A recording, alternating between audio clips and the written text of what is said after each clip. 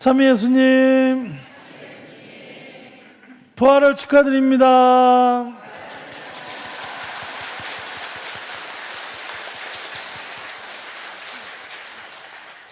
그냥 성당이 이렇게 가득 메워지는 신자들의 기도 소리와 박수 소리가 울려 퍼지니까 정말 부활절 같은 부활 파스카 성야의 밤이 너무나 감사하고 참으로 아름답고 눈물 날 정도로 하나님께 너무너무 감사한 마음이 있습니다. 예수님은 정말 아무 죄 없이 너무나 인간을 사랑하신 나머지 하느님에 대한 교리가 다르다는 이유 하나만으로 무참하게 돌아가셨습니다. 자, 오늘 예절이 길기 때문에 이 강론을 아주 짧게 아무것도 없이 그냥 메시지, 가장 우리 오늘 이 루카복음에서 이야기하는 루카복음 24장에서 정말 우리가 잊지 말아야 될 가장 핵심적인 말씀 무엇이냐, 이 부활이 무엇이냐 말이죠. 굉장히 중요한 말씀을 제가 함께 나누면서 오늘 강론을 대신하겠습니다. 자, 오늘 이 여인들이 등장한 이 부활이 되면 이 남자들은 도대체가 이 맥을 못 추는 게 이 순환과 부활 장면에서는 말이죠. 이 남성들이 쭉 잘 오다가 이 마지막 십자가의 곁에도 거의 여자분들밖에 안 남고 이 부활 장면에서도 거의 여성분들이 대부분의 부활 증인으로 등장을 하게 됩니다. 자, 이렇게 무덤을 찾아가요. 예수님의 시신을 이렇게 더 잘 보존하기 위해서 새벽에 찾아갔는데 예수님은 계시지 않았습니다. 그러자 하얀 옷을 입은 빛나는 옷, 이것은 구약의 언어죠. 구약에 하느님이나 하느님의 천사가 나타날 때 이렇게 빛나는 모습으로 항상 등장하는데 그런 모습의 사람들이 하는 이야기가 있습니다.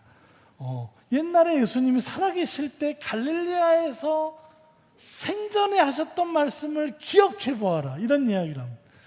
그러자 이 여인들이 뭐라 그러죠? 예수님의 말씀을 기억해내고 제자들에게 부활의 소식을 전하러 갔다, 이렇게 이야기가 나옵니다. 이게 상징하는 바가 대단합니다. 예수님의 살아생전의 모습을 기억해내라.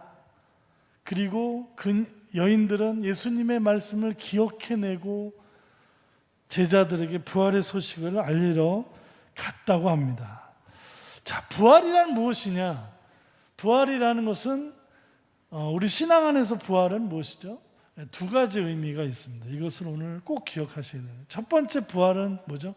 예수님께서 무참히 돌아가셨지만 하느님 안에 다시 살아나셨다는 것이 첫 번째 부활의 의미입니다. 첫 번째 부활의 의미는 예수님께서 무참히 돌아가셨지만 그냥 돌아가시는 척하고 키레네 사람 누구죠? 누가 십자가 대신 들어준 그가 올라가서 죽은 것도 아니고 예수님은 진짜로 돌아가셨고요. 진짜로 돌아가셨죠. 완전히 정말 피를 흘려서 숨을 거두셨고, 그리고 또 부활은 또 뭐죠?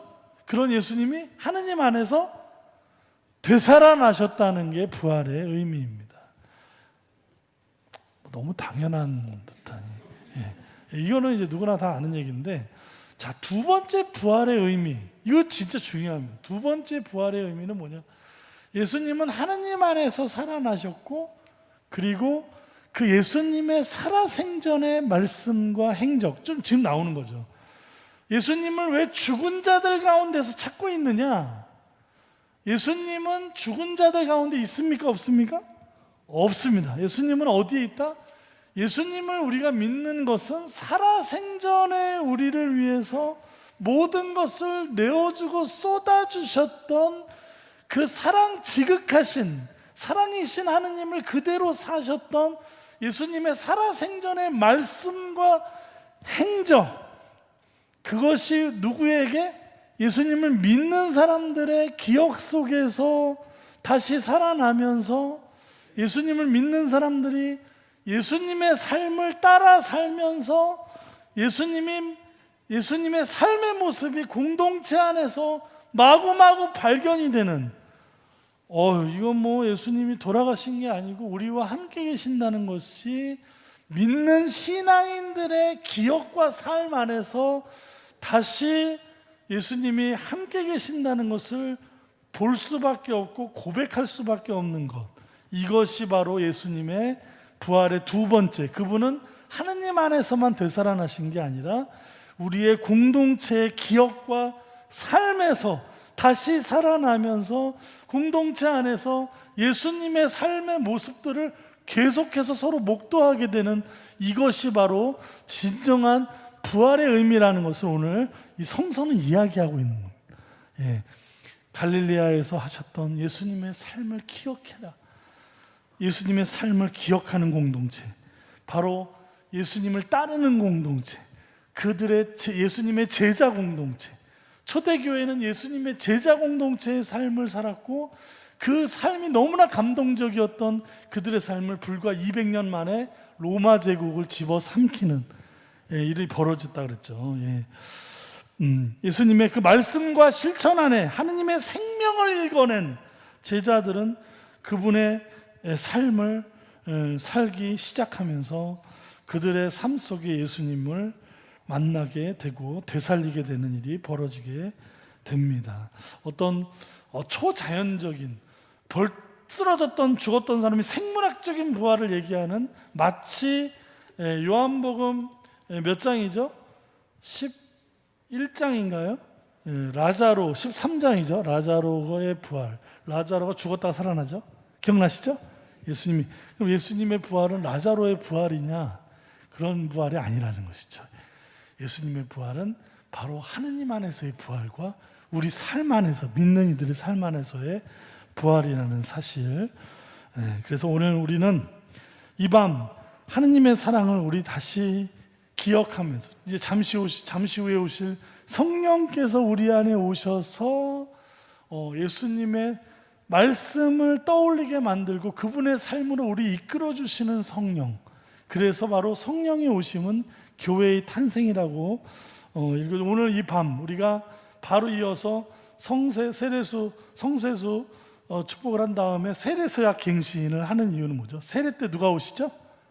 성령께서. 이 부활은 그래서 성령의 오심을 기념하는 전례 안에서 우리에게 처음 성령이 오셨을 때의 기억을 다시, 이래서 세례서약 갱신이라는 걸 하면서 우리가 이제 진정 예수님의 자녀, 하느님의 자녀로 나으면서 우리 삶 자체에서 누가 보더라도 예수님 여기 완전히 예수님 살아계시네, 누구나 느낄 수 있는 것. 이 교회는 지난 2000년 동안 예수님께서 함께 살아계셨던 모습을 끊임없이 보여주면서 여기까지 오고 있다는 사실. 우리는 그래서 우리 예수님에 따라 살아서도 예수님과 함께, 그리고 또 어떻게 되죠? 죽어서도 예수님과 함께, 살아서도 하느님과 함께, 죽어서도 하느님과 함께. 하느님은 산 이들의 하느님, 죽은 이들의 하느님이라는 사실을 예수님의 부활을 통해서 다시 한번 우리는 확인할 수 있게 됩니다.